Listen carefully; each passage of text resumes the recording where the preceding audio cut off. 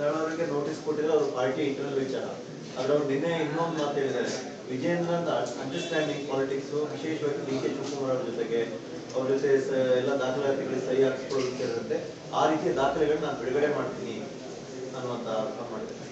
ಧಾರಾಳವಾಗಿ ಮಾಡಲಿ. ಯತ್ನಾಳ್ ಅವರು ಕೂಡ ಶಿವಕುಮಾರ್ ಜೊತೆ ಭಾಳ ಬಾಂಧವ್ಯ ಜಾಸ್ತಿ ಅಲ್ಲ. ಯತ್ನಾಳ್ ಅವರು ಕೂಡ ಭಾಳ ಆತ್ಮೀಯರು, ಅವಳು ಹಿರಿಯ ರಾಜಕಾರಣಿ.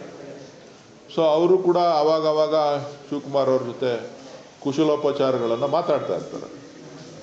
ವಿಜೇಂದ್ರ ಒಬ್ಬರೇ ಅಲ್ಲ, ಯತ್ನಾಳ್ ಅವರು ಮಾತಾಡ್ತಾ ಇರ್ತಾರೆ. ಸೊ ಯಾಕೆ ಹೆಂಗೆ ಹೇಳಿದ್ದಾರೆ ಅಂತ ನನಗೆ ಗೊತ್ತಿಲ್ಲ.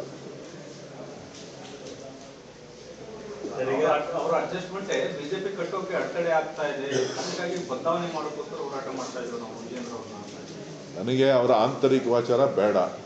ಯತ್ನಾಳ್ ಅವರು ಡಿ ಕೆ ಶಿವಕುಮಾರ್ ಅವ್ರ ಜೊತೆ ಕೂಡ ಚೆನ್ನಾಗಿ ಒಳ್ಳೆ ಬಾಂಧವ್ಯವನ್ನು ಇಟ್ಕೊಂಡಿದ್ದಾರೆ. ಬಸವಣ್ಣವ್ರ ಬಗ್ಗೆ ಮಾತನಾಡಿ ಗಮನಿಸಿದ್ರೆ ಸರ್, ಈಗ ಹಾಸನ ಅಹಿಂದ ಸಮಾವೇಶ ನನ್ನ ನೇತೃತ್ವದಲ್ಲೇ ನಡೀತಿದೆ ಅಂತ ಡಿ ಕೆ ಶಿವಕುಮಾರ್ ಹೇಳಿದ್ದಾರೆ. ಬಟ್ ಅದು ಸಿದ್ದರಾಮಯ್ಯ ಸ್ವಾಭಿಮಾನ ಸಮಾವೇಶ ಅಂತ ಹೇಳಿ ಬಿಂಬಿತವಾಗ್ತಾ ಇದೆ. ಇಲ್ಲ, ಅದು ಕಾಂಗ್ರೆಸ್ ಪಕ್ಷದ ಸಮಾವೇಶ ಅಂತೇಳಿ ಮಾಡ್ತಾ ಇರ್ತಕ್ಕಂಥದ್ದು. ಅದು ಒಂದು ಕಡೆ ಮಾಡೋದಲ್ಲ, ಸುಮಾರು 3-4 ಕಡೆ ಮಾಡೋ ಸಾಧ್ಯತೆಗಳಿದೆ. ಈಗ ಮೊದಲನೇದಾಗಿ ಹಾಸನದಲ್ಲಿ ಮಾಡ್ತಾ ಇದ್ದಾರೆ. ಇದು ಕಾಂಗ್ರೆಸ್ ಪಕ್ಷದ ಸಮಾವೇಶ. ಅದರಲ್ಲಿ ಎಲ್ಲ ರಾಜ್ಯ ರಾಷ್ಟ್ರದ ನಾಯಕರುಗಳು ಭಾಗಿಯಾಗ್ತಾ ಇದ್ದಾರೆ. ಪಕ್ಷವನ್ನೇ ಓವರ್ಟೇಕ್ ಮಾಡ್ಕೊಂಡು ಹೊರಟಕ್ಕಿಂತ ಕೆಲವು ಸಚಿವರುಗಳು ಸಿದ್ದರಾಮಯ್ಯ ಕೆಲವರು ಅವ್ರು ಹೇಳಿಕೆ ಕೊಡುವಾಗ ಅವರನ್ನು ಓಲೈಸ್ಕೊಳ್ತಕ್ಕಂಥ ಪ್ರಯತ್ನವನ್ನು ಮಾಡ್ತಾರೆ. ಆದರೆ ಪಕ್ಷ ಮೊದಲು ಅಂತಕ್ಕಂಥದ್ದನ್ನು ಎಲ್ಲರೂ ಕೂಡ ಅರ್ಥ ಮಾಡ್ಕೊಂಡಿದ್ದಾರೆ ಅಂತ ಹೇಳಿ ನಾನು ಭಾವಿಸಿದ್ದೇನೆ.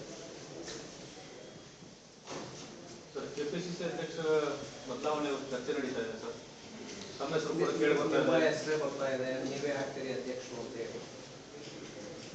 ಕೆಪಿಸಿಸಿ ಹುದ್ದೆನೂ ಖಾಲಿ ಇಲ್ಲ, ಬೇರೆ ಹುದ್ದೆನೂ ಖಾಲಿ ಇಲ್ಲ. ಸುಮ್ಮನೆ ಒಬ್ಬೊಬ್ಬರ ಹೆಸರನ್ನ ಅವಾಗ ಹೇಳ್ತಾ ಇರ್ತಾರೆ. ನನ್ನನ್ನು ಖುಷಿ ಪಡಿಸೋಕ್ಕೆ ಕೆಲವರು ಹೇಳ್ತಾರೆ, ಇನ್ನೊಬ್ರನ್ನ ಖುಷಿ ಪಡಿಸೋಕ್ಕೆ ಇನ್ನೊಂದು ಹೇಳ್ತಾರೆ. ಸದ್ಯಕ್ಕೆ ಯಾವ ಹುದ್ದೆಗಳು ಖಾಲಿ ಇಲ್ಲ.